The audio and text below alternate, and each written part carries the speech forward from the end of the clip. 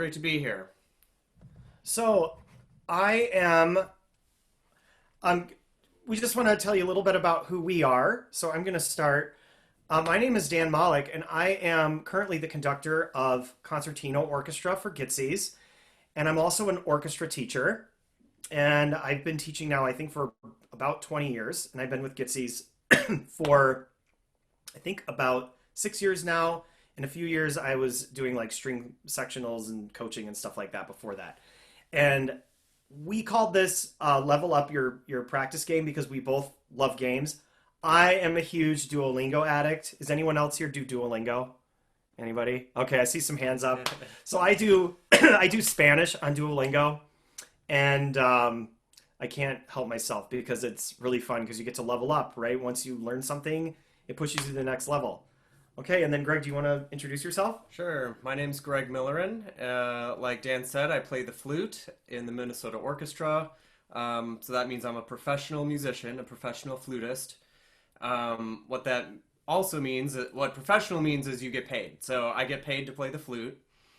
And as Dan said, I like video games too. My favorite video game is Zelda, Legend of Zelda. So I'll just play a little tune.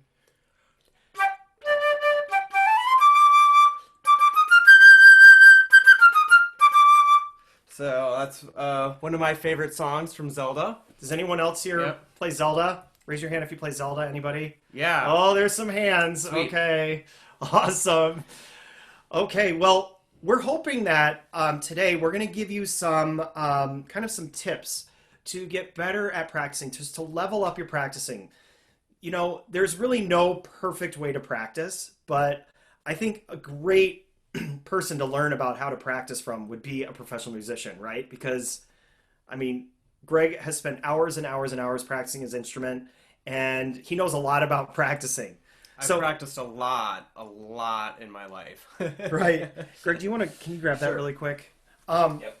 So I'm hoping that you got this handout right here. Do you guys have this in front of you? We're going to actually be using this. I hope you were able to print it off. Awesome. Because we can talk about practicing all we want, like blah, blah, practice, practice, practice, right? You probably hear your private teachers talking about practicing, and your band teachers talking about practicing, and your orchestra teachers, and probably your parents are nagging you to practice, right?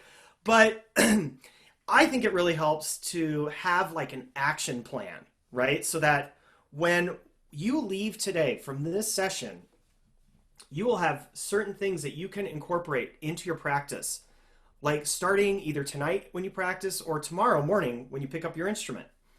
So you want to make sure you have this handy, and you also want to make sure that you have a pencil or a pen so you can fill some of this stuff out. Now, we're not going to be able to fill out the whole thing tonight because some of this stuff you'll have to do on your own, but this will also kind of get the juices flowing in your mind about how you might want to kind of change up your practice and how you might want to level up your practice. So what we thought we would do, and this is kind of our overview, what we're going to do. We're going to warm up with some inspiration. So we're going to look at a couple of quotes, and some of you in Concertino might recognize some of these quotes, or if you've had me as a teacher. And then we're going to look at 5 tactics that can help us improve our efficiency and productivity in our practice.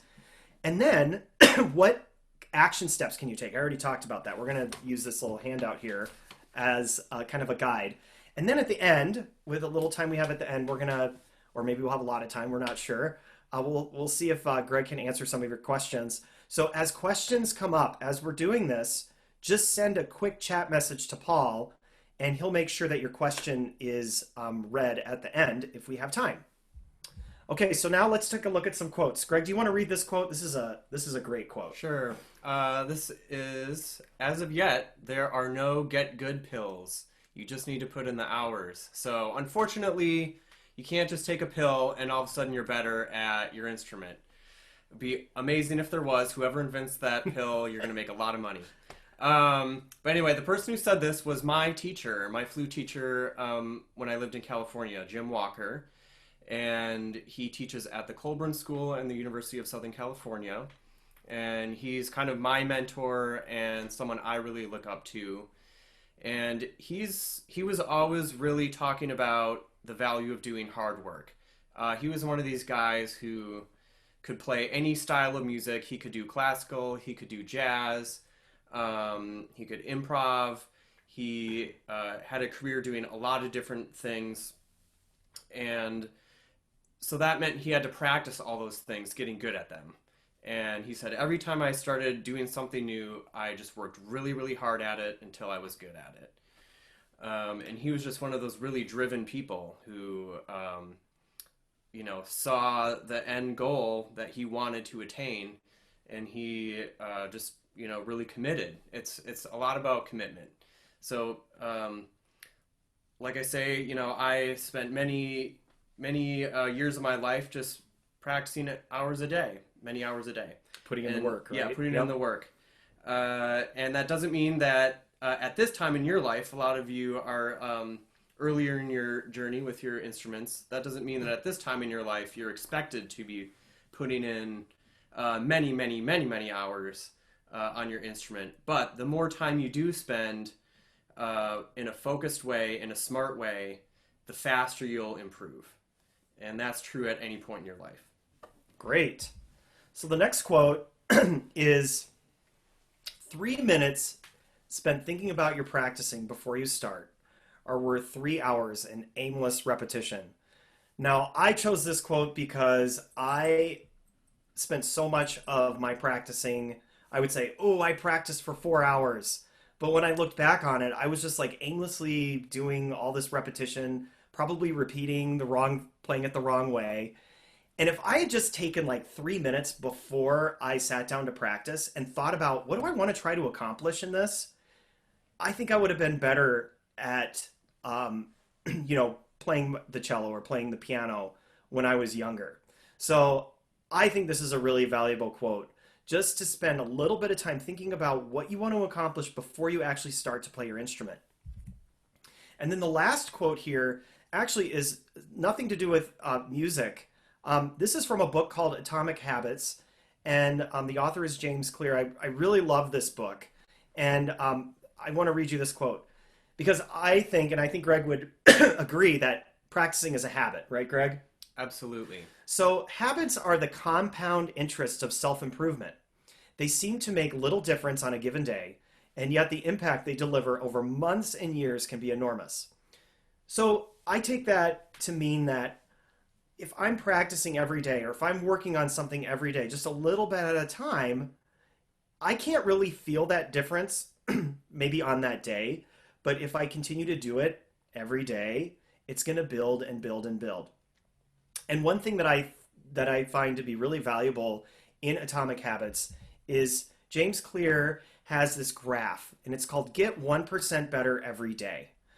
And you can see here, those of you that are mathematicians, and I'm sorry, I'm kind of the odd one out. I was not very good at math in high school and college, and I'm sure all of you are very good at math because you're musicians, right? But if you look here, if you get 1% better every day, and you take that 365 days a year, look how much better you will be at the end of the year. It'll be 37.78 times better. Okay, or percent better. I don't know. Which one is it, Greg? 37 times. 37.78 times better. Look, if you get 1% worse every day, okay, so 0.99 to the 365th power, look at this, 0.03. Okay, you have made no progress or very, very little progress. So I try to think about this graph every single day, like what tiny little thing can I do to get better at something, whether it's playing my cello or playing piano or learning a new skill. So we're going to come back to this at the end of our session, but let's dive into our practice tactics, okay, because that's why we're here. So the first thing, and I want to give credit to Greg for this because he's the one that kind of came up with these tactics. And you have a video coming out about this, right? Yeah, should be coming out on the Minnesota Orchestra website. I don't know exactly when, but soon. So you guys, you're getting like a sneak peek at a future video, but it'll look a little bit different because it's for the Minnesota Orchestra website. So let's see what Greg says about practice area makeover. Okay, so the first thing we want to do is we want to look around our practice area. And we want to have like a dedicated space for our music stuff. That is really important. I know that some of you are incredibly organized and some people kind of have stuff everywhere.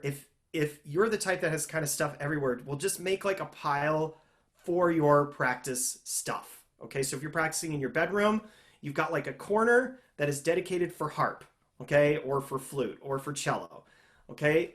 And then you want to look at that and you want to like look at it with a really critical eye and go, do I have all the necessary materials that I need for practicing? Okay, so if I'm in the middle of practicing, do I need to go scrounge around for post-it notes? Do I need to go try to find my notebook? Okay, we want to have all that stuff in our practice area. And that way, when you're actually sitting down to practice, if you only have 20 minutes, you're using all your minutes for practicing and not for trying to find a pencil, right, Greg? Yeah, you should have everything immediately, within reach, basically. You don't want to have to be getting up and looking for stuff or, being like, oh, shoot, I don't have my, I left my metronome over there, or I left my music in a completely different spot. You should have everything just like in one spot, so when you sit down, you're ready to go. So think about making rules for yourself about your phone and your computer.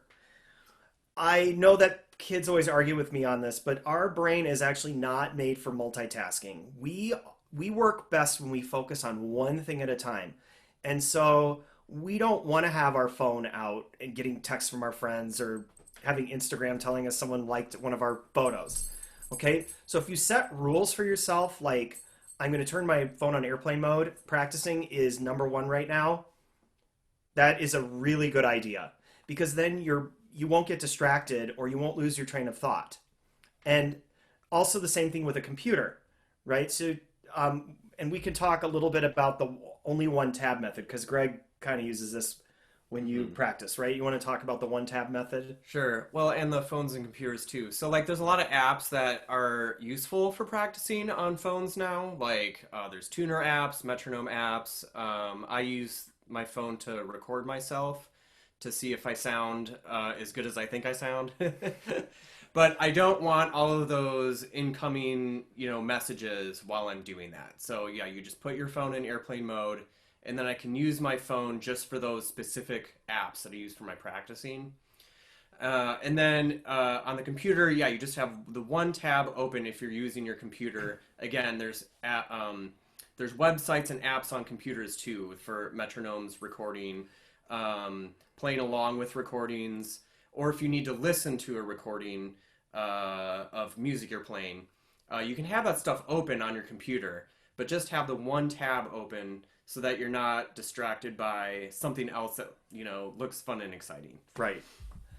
So what we're going to do now is we're going to do our first action step. And so you're going to look on page 1 right here. I know I'm really high tech. This is what I do in concertino too. I hold up papers. But okay. So what we're going to do is I just want you to look around your practice space, especially if you're in your practice space right now.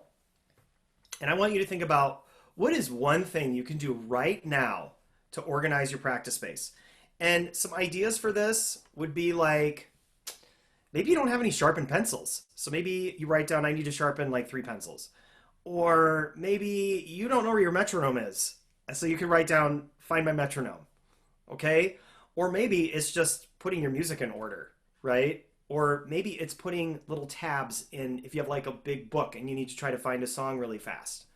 So just take a moment right now and write down one thing that you can do right now to organize your practice space. It could just be the tiniest little thing. Yeah, just 1% better, remember? Just 1% better. And I'll just say, basically this all comes down to one of two things. Having all your materials on hand and close by within reach, somewhat organized. Hopefully more organized than somewhat. And then the second thing is just eliminating distractions.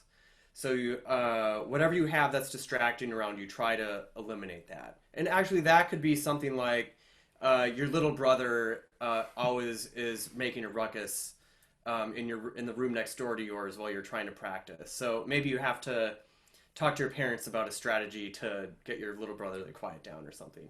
Yep. So it could be something as simple as that. But it's, again, just having all the materials you need on hand and eliminating distractions, those two things. I just want to say one thing about the mirror and the materials. Not everyone uses a mirror. I didn't for many years. have a mirror nearby in my practice area.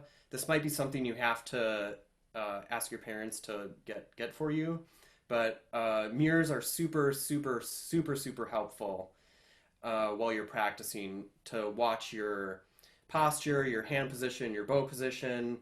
I get really up close to check my embouchure for the flute to make sure that it looks right and to make sure my flute's in the right place on my face.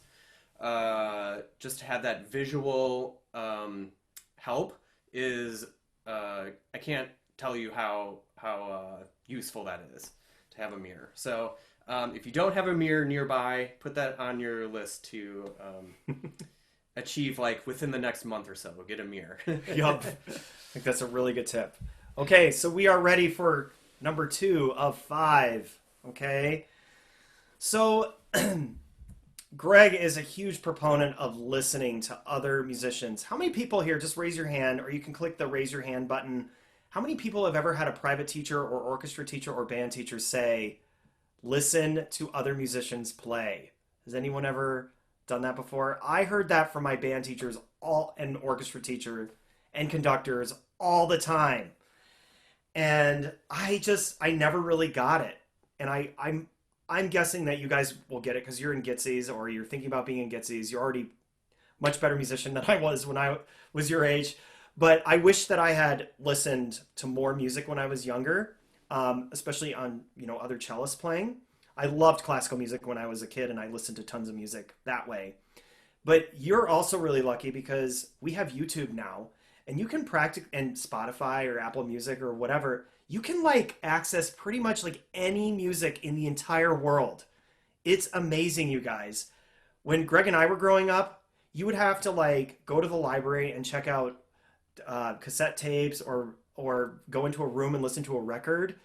And or you'd have to go buy a CD, or you'd have to order it and it would come 10 days later. So we have this incredible thing right now where we have access to all this great music. And so I think these are 2 great questions here. Who inspires you and what music gives you joy? Greg, do you want to talk about one of your favorite composers? Who do you love as a composer? Sure.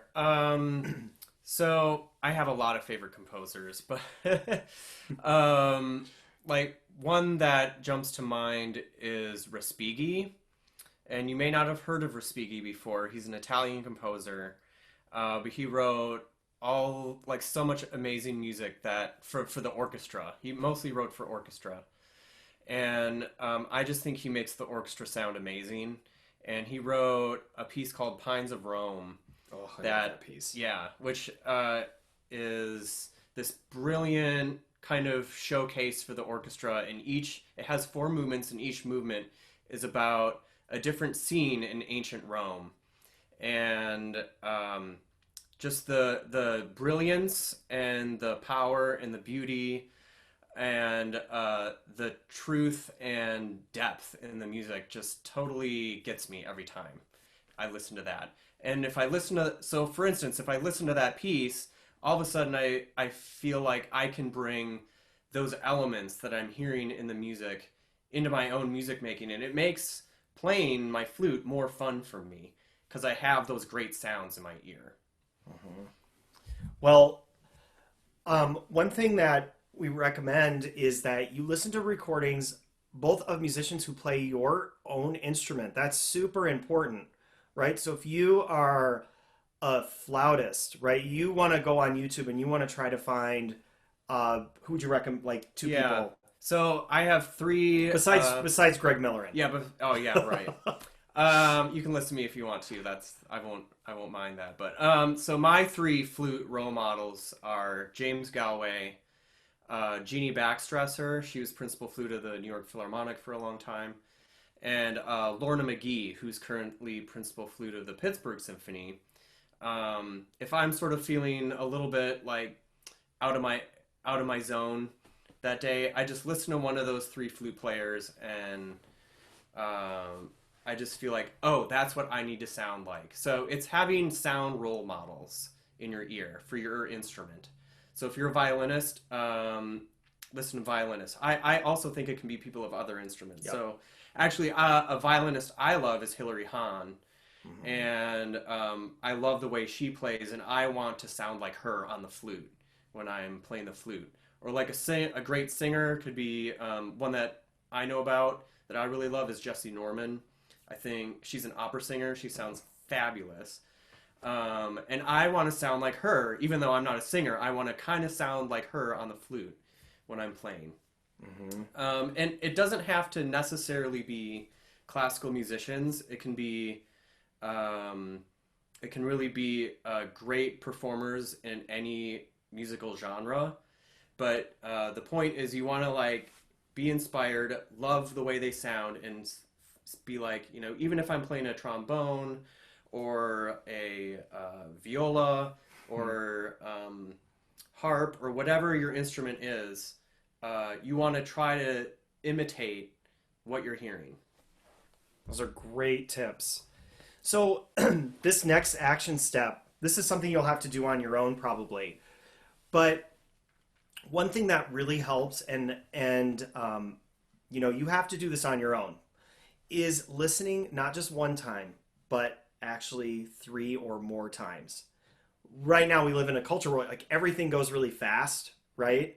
And we kind of like just see one thing and then we move on to the other.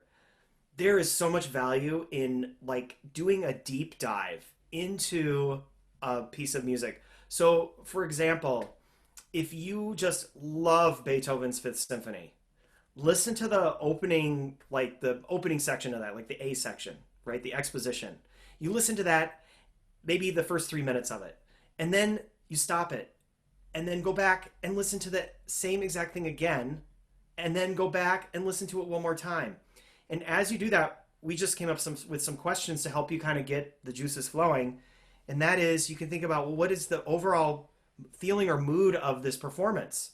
So you can watch the musicians and what they're doing. Or if you're just listening to an audio recording like on Spotify, you'll probably get a sense of that as you're listening to it. And then on the second listen, you're going to go a little bit deeper and you're going to think about, okay, what in this performance is actually creating that feeling or mood? Okay, so see if you can identify like something in that performance, like what's making that really special. And then the third thing is what's one impressive element of execution in the performance, right? So maybe you're listening to the Minnesota Orchestra playing the exposition of Beethoven's Fifth Symphony, and you're noticing, wow, the power, the sort of the shortness of the notes at the beginning, right, Mm-hmm. is an incredibly impressive Yeah. element of execution. And you might think about, okay, well, how could I bring that into something that I'm working on that might be using something of a similar style? Yeah, I'll give you an example. So, like, you can hear that beginning of Beethoven's Fifth Symphony, da da da da, and you hear those string instruments just really dig into the playing. So that's an impressive element of execution, how powerfully they're playing, yet it's so in control. And so for me, that would be inspiring because I would want to know how can I play powerfully and in control at the same time, where I'm kind of giving it a lot, but it's not going outside my capabilities. So Right. you're sort of, trying to find that edge of what's possible. That to me, that's very inspiring. So I notice we have a huge range of ages in our session tonight. We have students that are in high school, and we have young students as young as like third, fourth grade. So I'm guessing our high school students, you probably can come up with three people right off the top of your head, right? You probably know like, oh, I love Mahler, or I love listening to the Minnesota Orchestra. But maybe if you're younger, like in second or third grade or fourth grade, and you're just kind of getting into this, maybe at your next lesson, you can say, hey, I went to this really cool session about practicing, and I'm supposed to come up with three artists to listen to. Can you help me find a couple of performers? I bet your teachers could help you find some people. And you could say, hey, it doesn't have to be, all three don't have to be people who play this instrument. It could be other people. Okay? Yeah, you could just ask for your teacher's three favorite recordings of all time. Yeah. And I loved getting that information from my teachers. It's just such a fun process of discovery, and I ended up finding tons of amazing music that has really stayed with me my entire life, and I'm so grateful to have had those experiences. Awesome. Okay, you guys, we're about halfway through. Let's just take a quick stretch. Yeah. We're gonna do a stretch. Yeah. I'm sure all of you have been like sitting all day long in front of your computers, right? Okay, yeah, no, we're gonna turn it. No, we're not gonna turn it into an exercise class, I promise. Okay, so we gotta kind of reset our brains. And you know, talking about brain reset, Greg, do you practice for 3 hours all in one go? Absolutely not. So I do practice a lot. So I probably practice at least an hour a day at minimum, maybe up to 4 or 5 hours in a day. But I don't do that all at once. I don't just sit down and and do that all in one chunk. So let's just say I'm gonna practice for. I know I'm gonna need about 2 hours to get everything done that I want to get done. I'll do 40 minutes in one sitting, 40 minutes in another sitting, and then 40 minutes in a different sitting, and it'll be spaced out throughout the day so that I have rest, and because there's no way you can keep your mind focused for 2 hours straight. There's just no way. And actually, I've heard that nickname for that is called practice snacks. So, does anyone here snack throughout the day besides me? Like every time I go through my kitchen, I'm like, oh, I'll have some tortilla chips. Oh, let's see what's in the cupboard. Yep. So you can do the same thing with practicing, is you can snack on, you're practicing throughout the day. It's actually a lot better than trying to crank out 4 hours all at once. So actually what we're doing right now in our 1 hour session, it's like a lot of information. It's probably not the best way for us to learn, but that's how we're going to continue here. Okay, so let's continue on. So now we're going to really get into like the meat of actually practicing, okay? So you've organized your practice area, you've kind of developed a warm-up, you've kind of gotten inspired by listening, and now we're going to talk about developing a warm-up that might work for you. Yep, okay? So this is really about those first notes that you're going to play on your instrument that day.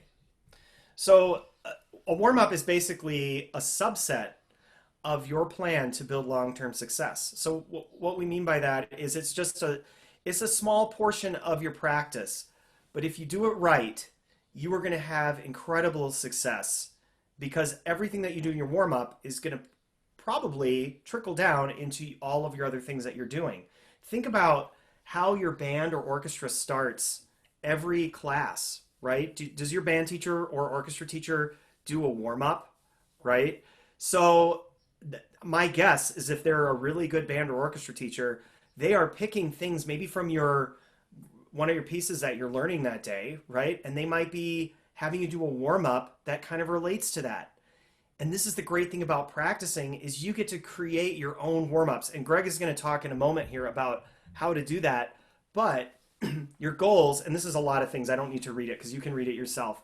But we've talked about this in Concertino, the orchestra that I conduct for GTCYS, is when we're doing a warm-up, we want to think about being tension-free. We want to be relaxed. Think about making a beautiful, warm tone. And then for wind players, of course, you have to think about all those problematic intonation areas that you have because certain notes on your instrument are just naturally out of tune, and you have to try to figure that out, right? And so you want to do that during your warm-up. And then Greg, and I do this in orchestra and when I practice too, is that when you are playing your scales and arpeggio, you want to do that with a purpose. Like, why are you playing that scale? Not because your teacher assigned it to you, but are you playing it because you want to make a beautiful tone? Do you want to play it expressively? Do you want to try to do it with a specific articulation that you're working on? So these are all kind of ways that you can think about practicing them with a purpose. And then you want to think about 1 to 2 things that are challenging on your instrument. So because I play cello, one of the warm-ups I do all the time is I do big shifts. So I start back here and I shift all the way up to the end of the string and back again. And I'm just always thinking about my elbow, bringing my elbow up, because I have a really bad habit of when I shift of not bringing my elbow up. So I have to kind of remind myself every single time I sit down and practice, I have to do these big shifts and remind myself to bring my elbow up. And so you might have something your teacher says like every time, like maybe you're a violin player and your wrist is always like this, Not that anyone in GTCYS does that, right? But maybe during your warm up, you want to go, okay, I'm just going to keep my left wrist nice and straight the whole time through my warm up, right? So one to two things that are challenging on your instrument. This is where your mirror can help you if you have a mirror. Yes. And so, Greg, do you want to just quick talk about a warm up that you might make for yourself? Sure. I'll talk about a really simple one that I think anyone can do actually. So again, if I haven't played yet today, the very first thing I want to do is be like, okay, am I sitting up straight? Are my shoulders relaxed? Flute players and wind players, we have to breathe. So when I take a breath, is it a full relaxed breath where I feel like I'm breathing naturally and not getting it stuck in my throat or something? So those are kind of the first things I'm thinking even before I play. But even if you aren't playing a wind instrument, a really great warm-up is just to play 3 of the same note in a row, and each time you want it to sound a little better than the last time. So, you know, let's say I'm going to do a G.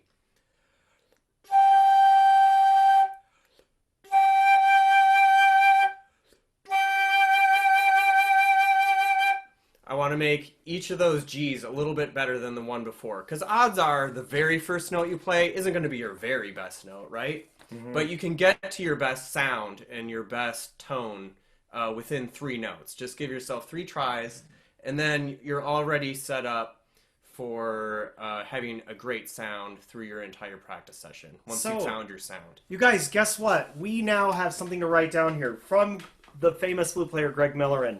We can write down, what do you want to call that, Greg? Do you want to give it a name? The 3-note warm-up? Yeah, it's the 3-note warm-up. The 3-note warm-up. Let's write it down, the 3-note warm-up. It's not a scale or a piece, but who cares, right? These are warm-ups. This is about launching us for long-term success, right? Mm-hmm. So the 3-note warm-up, what's the purpose? Beautiful tone, right? Yep, beautiful tone. Look at that. We have our first one down. And so for those of you auditioning for GTCYS, you might think about your scales that you picked. Okay, what is the purpose of practicing that scale? And the purpose can't be, well, I guess the purpose could be, well, I have an audition coming up.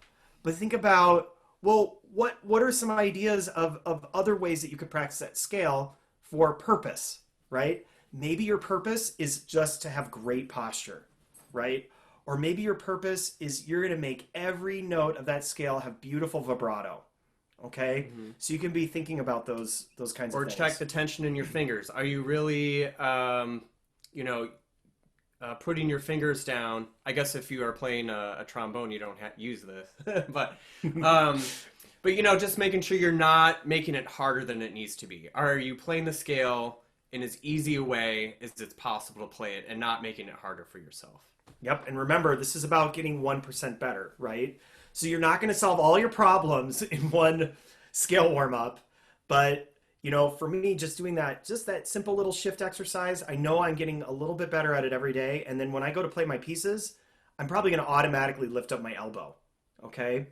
So right now, as we're kind of finishing up this section of number 3, you could write down 2 scales that you're working on right now.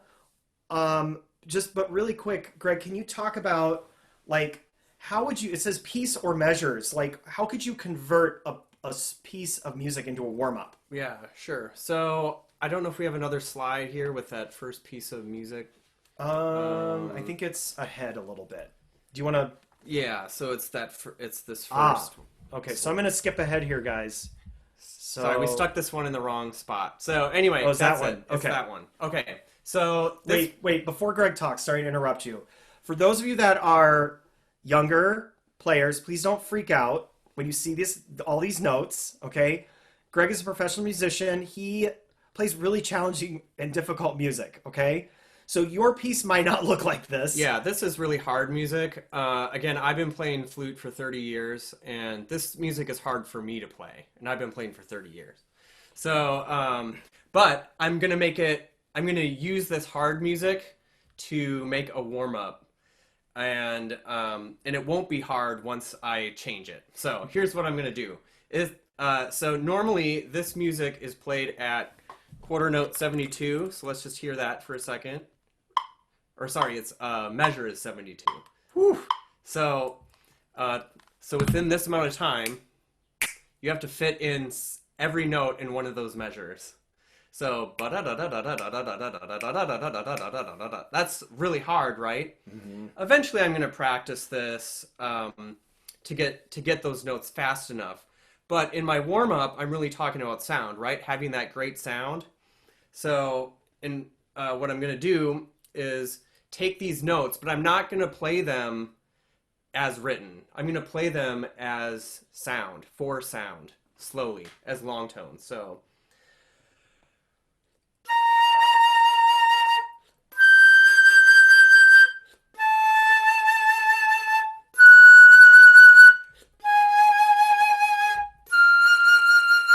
So I just played those first 6 notes there just for sound quality, and I can play them now more connected, a little faster.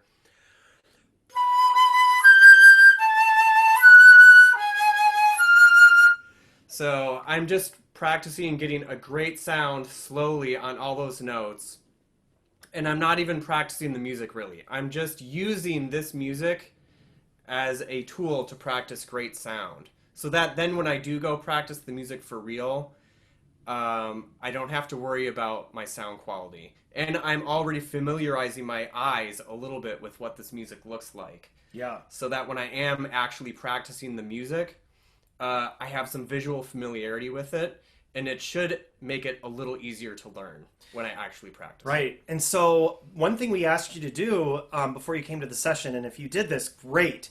And that is you have maybe a piece of music that you're working on right now, and you have the measures numbered, right? This is a really good opportunity. I want you to be like Greg, and I want you to find maybe one measure of your piece that you're currently working on, and you're going to write that down on one of these rows here. Okay, if you filled it up already, just add another row. Who cares, right? And then we're going to make the purpose beautiful tone. Okay, so pick one spot in your piece. It could be a really tricky spot, or it could be something easy. Maybe for brass players, particularly like low brass, maybe you have some whole notes in your piece or some half notes, and you want to try to play that note all the way through, right? So that would be a great warm up for you. So look in your piece right now. Write down the piece title and what measure number you are now going to make your warm up. Mm-hmm. And if you notice, Greg didn't play it anything like it was supposed to go. No, not at all. What this really is taking music you're working on and making a second purpose out of it. So it's kind of like multitasking, even though we just said you can't multitask. Right. But it's making your music multitask for you, right? And by assigning it another purpose. Cool. Okay, so now I'm going to back up here. Woo! Okay, so we did a warm up that works. You guys have your action steps written down for that one, I hope. And we are going to move on. We just have 2 more left. And now we're really getting into our practice now, because we are going to talk about mindful tasks, okay? And I have found that for me, this has been super helpful in just keeping me focused while I'm practicing. A lot of times we start at the beginning and we want to play through the song, and then, oh my gosh, I made a mistake. Now I'm going to fix that. But if you sit down ahead of time, if you just sit for 3 minutes before and you think about, okay, last time I practiced, where did I really mess this up, right? And you isolate those areas. You can do like a little bracket, what Greg did in his music, and mark them. Then you're going to make some strategic methods for tackling some difficult passages. And of course, you want to continue to do those check-ins with yourself for posture, bow hold, embouchure, and things like that. But on Practice Mindfully, we have here, this is like Mad Libs. And I know some of you that were in GTCYS virtual rehearsals, I think, I don't know, I know Concertino did it in Mad Libs. This is kind of like Mad Libs here. We're going to fill in the blank, okay? So if you're preparing for an audition or you have a lesson coming up in a few days and you know your teacher wants you to prepare something, we want you to try to fill this out. So in the piece blank, so maybe for Greg, it's in the piece what's that piece called? The jet whistle. The jet whistle, okay? From measures 8 to 9, he's going to maybe do 8 to 9, I don't know. Mm-hmm. I will improve the say I will improve the security of my playing, or no, that's too long, right? So I will improve how well I can play it. We'll just put it that way. Okay, but by what? How are you going to do that? By playing it very slowly in different rhythms would be Ooh. a method. Okay. Yeah. So a really badly written task is this. In the piece Dragon Hunter for measures 1 through 3, I will improve the rhythm by practicing it. Okay? Well, that doesn't really tell us anything, right? Yeah. We want to have a specific strategy if we're going to use. What would be a great strategy for practicing rhythm? Maybe clapping it out, right? Or if you're a string player, maybe you want to get better at the notes. Maybe you set your bow down and you just pluck the notes, right? Or maybe you do it opposite and you want to get better at the bowing because every time you get to this spot in the song, your bow is completely wrong and opposite. So maybe you want to just get better at the bowing and you're going to just bow it in the air. You guys, I've also been playing my instrument for a long time and I still bow in the air. And you might think that's kind of a babyish thing to do because maybe your orchestra teacher had you do that in like third grade. But it helps so much to just go, okay, how is my bow supposed to do that, right? Yep. Two other ones that you can use would be I'm going to improve it by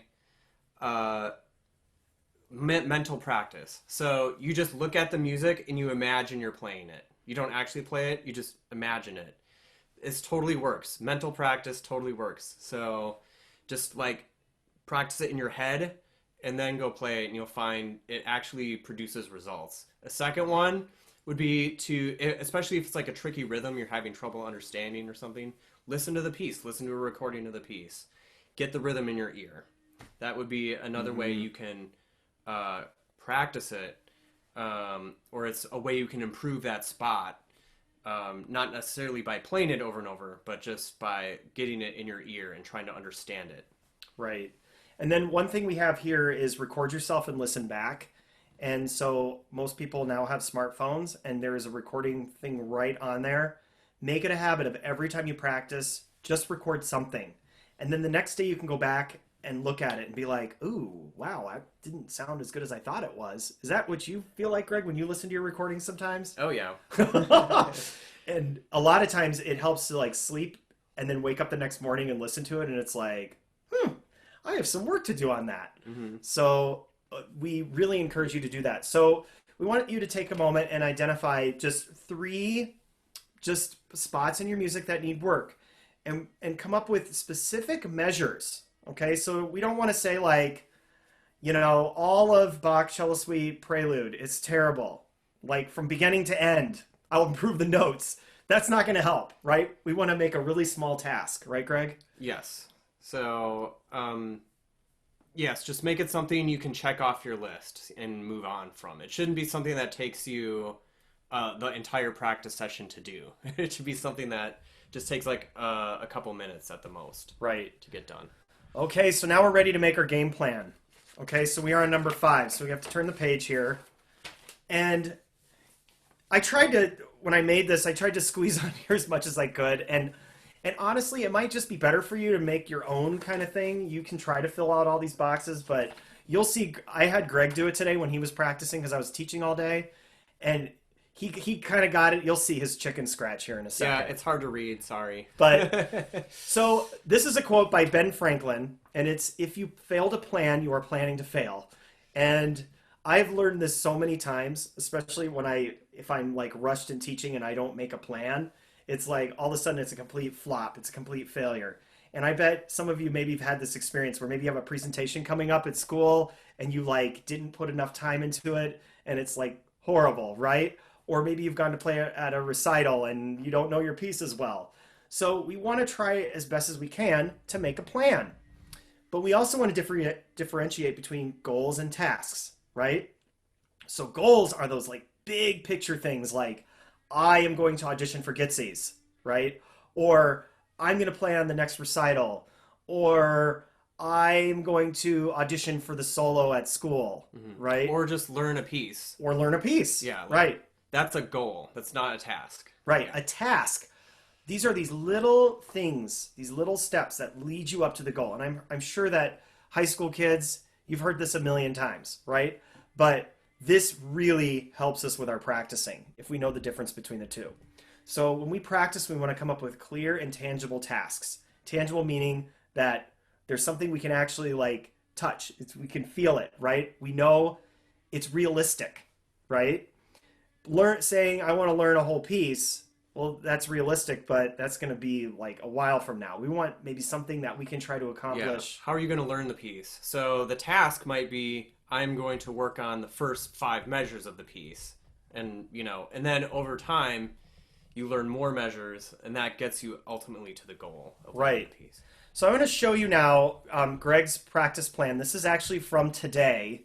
Yep. You get to go into the mind of Greg and his bad handwriting. Who else here has bad handwriting? Anybody? Okay. I know some of you have great handwriting. So handwriting. Okay. So don't feel bad. Greg is a very successful musician. He's an awesome person.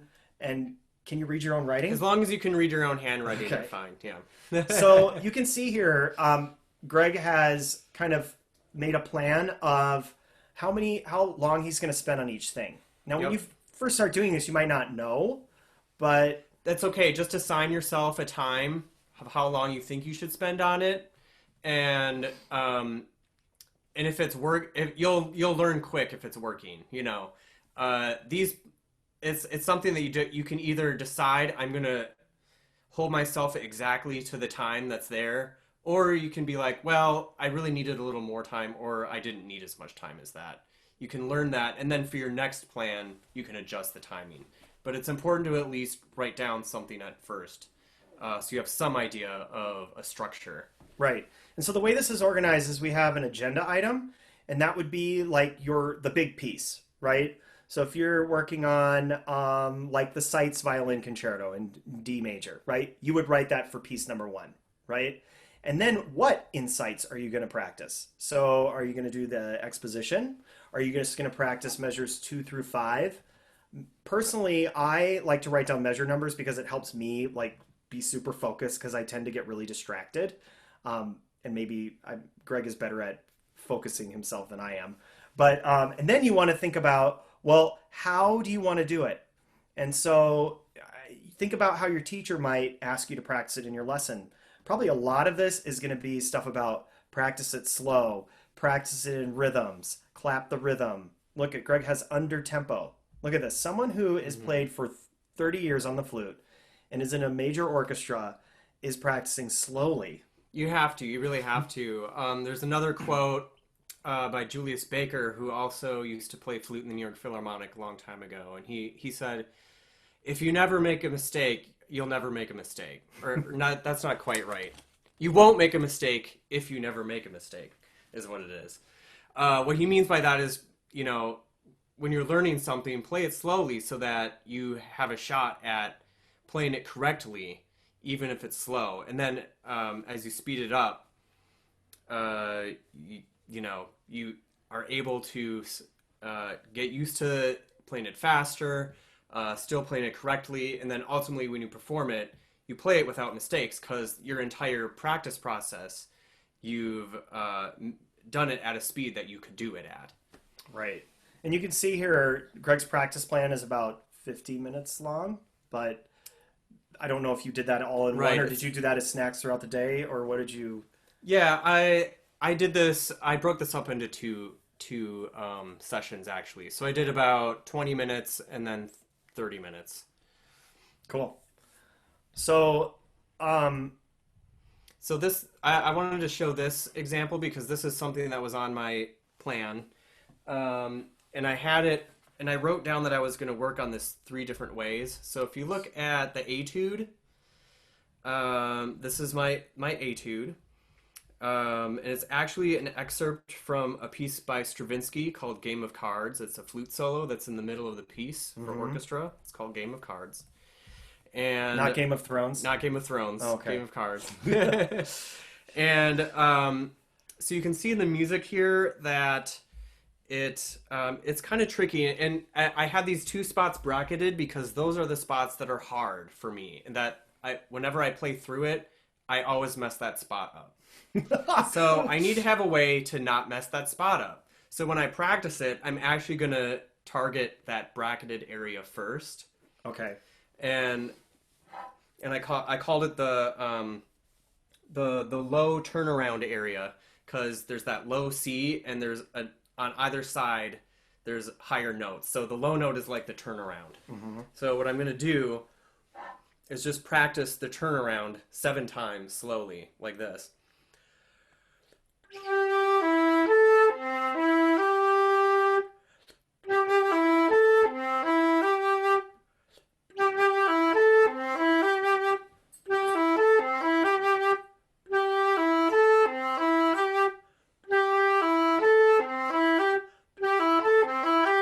So I played it 7 times, mostly slow, some a little faster. I like to do slower and then speeding up and then slower again. But I'm not playing it the ultimate tempo of the piece. Do you want to It's play? still under tempo. Do you want to play a little bit? Actually, the piece. Sure. So that was my strategy 1, was to play that little section first. Then to play, you can see there's slurred notes and articulated notes, staccato notes. The second time I play it, I'm going to play more of the music, but I'm going to play it all slur. So, because the hard part is the articulation. That makes it extra hard, I should say. Right. So I'm going to leave that out first. I'm just going to play it all slur.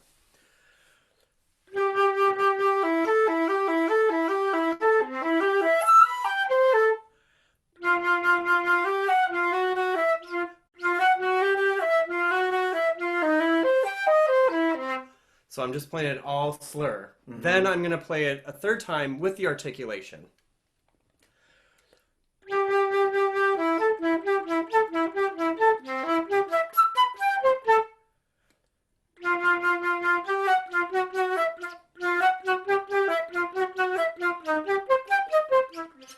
And I missed the last note because I didn't practice that spot. But that would be my strategy for approaching that. Is do it in those 3 different ways. And then and that was a little bit under tempo, so yeah, I would do that first under tempo and then I would gradually speed it up to the real tempo. Great. Okay, so we're getting kind of low on time, so I think we'll just if you're okay, Greg. Yeah, we'll we just can skip this one. So I just skip had that. my other idea is just to take because that was a new piece of music that I haven't worked on yet. So rather than playing the entire page down, I'm just going to take 2 or 3 measures at a time and work on 2 or 3 measures over and over. And then move to the next 2 or 3 measures, work on those over and over. Then the next 2 or 3 measures, work on those over and over. And then stitch them all together at the end. Right. Okay. Well, we're just about at the end where we can start taking some questions, but coming back to this, the power of tiny gains. Okay, if you remember that from the beginning, and if you joined us late, we want to try to get 1% better every day, right? Because if we do that over the course of an entire year, we will be 37.78 times better. And the gains are so small that we barely notice them, and it might not feel like you're getting any better at your instrument. You might feel like, oh my gosh, I practiced for 20 minutes today and I'm not any better. That's okay. The best thing is you showed up and you actually played your instrument.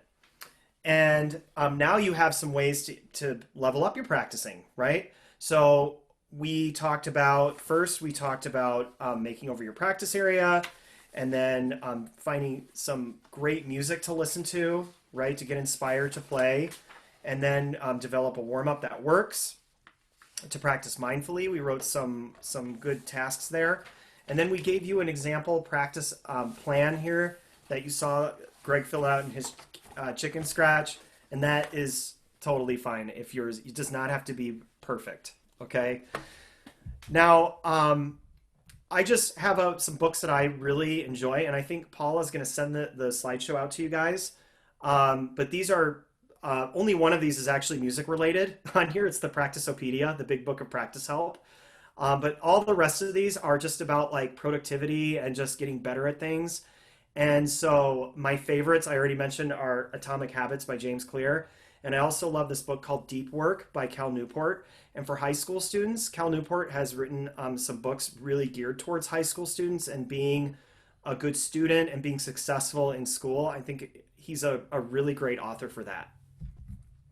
So this is just a funny thing here. It's just a practice flow chart. And if Paul sends out the slides, you can look at that on your own.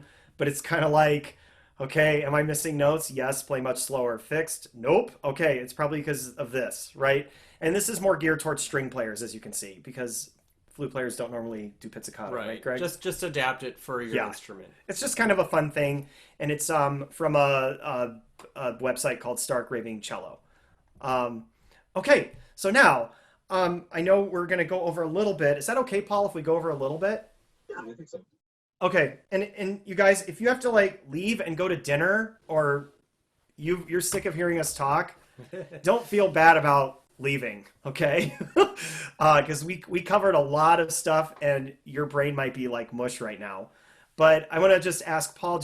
Paul, do you have any questions that came in? Yeah. Um, I guess the one I would start with came from a middle school trombonist, um, and suggestions for brass players, how often and how long to practice, and is there a difference between when you're trying to maintain your skills or improve your skills? So the first part of that, as a brass player, one of your things you're going to be doing as you're getting progressing on your instrument is building endurance, right? And so just practicing every day is so important as a brass player. So you also have to really watch your chops, right? You don't want to blow out your chops. You don't want to practice for like 2 hours one day and then not do it for 2 weeks and then try to practice for 2 hours again, right? As brass players, you have to be really thinking about your chops all the time, right?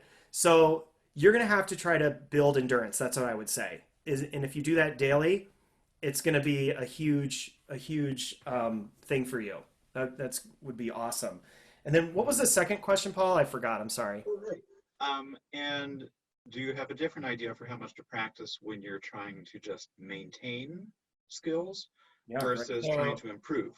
so it's not a little bit is about how much you practice because if you aren't practicing enough, you aren't staying in shape, I guess. So if you're practicing too little, it's just like exercise. If you barely exercise and then you try to run a long distance, it's going to be really hard. Versus if you run that same distance every day, it becomes very easy. So a little bit is about how much you practice, but mostly it's about what you're practicing. So if you're only practicing things that you're already good at, then you're just maintaining your skills. If you're also practicing things you aren't very good at, which is why I put in the warm up, put in one or two things you aren't very good at or you find challenging on your instrument, then you're always progressing at least a little bit, even if it's just that 1%, like we said in the presentation. Right. And I was just reminded there's a this kind of practicing where you're always like playing only things you know. It's called look at me practicing, which is like, ooh, look how good I am. I'm so good, right? And I think I've also heard people say when someone walks by you practicing, they shouldn't be able to tell what song you're playing, actually practicing. Like half the time when Greg's practicing, I have no idea what concert is coming up. People ask me like, "What's the Minnesota Orchestra playing this week?" And I have no idea. He's practicing like really short little snippets of things, and it's you just you want to think about, like Greg said, finding the things that are challenging. You want to push yourself because when you get into the uncomfortable zone, that's when you get better, even though it might be uncomfortable. Yeah, even if you're just going to that uncomfortable zone for 1 minute a day, that's great. Yep. Any other questions, Paul? Yeah, I had a couple come up in the chat. Um, One, I think, kind of related to um, filling out priorities and how to organize. What if you have your piece memorized and you don't know the measure numbers? Oh, How could you uh, adapt that for then your you have it goals? memorized, but you just don't have it to that level of memorized, I guess. yeah. There's you can look up on the web. There's a lot of different methods for memorization. Um, uh, a big one that I've seen used, and I haven't tried this myself, but you divide the piece into like A, B, C, D, E, F, G, H, I, J, K sections, like a bunch of different sections, and you memorize each section, and then you have note cards with the numbers or with the letters on them, and then you test yourself by putting up each note card. So okay, section H, go. Of course, you should be able to play it all from beginning to end too, but that like tests if you, that really takes your memorization to another level. Right. Any other questions? Yeah, I had one last one specifically for Greg. Do your hands ever get sweaty and slip off your flute? My if the temperature is too hot in the room, yes. That's happened on some outdoor concerts where it's really hot out, and yeah, then the hands get a little sweaty. I just make sure I have like some cloth around that I can wipe my hands off on, and that usually takes care of it. So if your house is kept at a really warm temperature, that might be something that's happening to you. Or if you just have, if your hands just kind of get a little sweaty, just keep a little cloth around and just dry them off once in a while. So I know we have still a number of people hanging out here. Do you want to play something for the people that are left? I know I put you on the spot. Yeah, is that all the questions? Or I think that was all of them, That's right? about it for now. Yep. Okay. Okay. Well, I'll just leave you with. So those of you that hung out for the bonus hour, which is 5 minutes past, right? You're the kids that stay after, right, and want to get all the information you can. Now you get a special treat, and Greg is going to play something for you. Yeah. So what I want to play for you is a piece by. It's from a piece by the composer Ravel. Maurice Ravel. He was French. And he wrote music to a ballet called Daphnis and Chloe. So you can imagine dancers dancing along to this music. And if you haven't listened to it, it's for orchestra. Go listen to it. It's absolutely amazing sound that Ravel gets out of the orchestra. Particularly the second suite. So there's two suites, suite 1 and suite 2. The second suite, it starts with a sunrise, and it's like a musical depiction of a sunrise, and it's absolutely glorious. And then in the middle of the piece, there's this huge flute solo that's supposed to depict the love story between Pan and Syrinx. So Syrinx is kind of hiding from Pan, and he's really sad that he can't find her. So this is supposed to kind of sound like his sad song as he's trying to find Syrinx. And then, by the way, the whole piece ends with this amazing, crazy dance music, and it's like one of the coolest things you'll ever hear in your life. But this is the flute solo in the middle.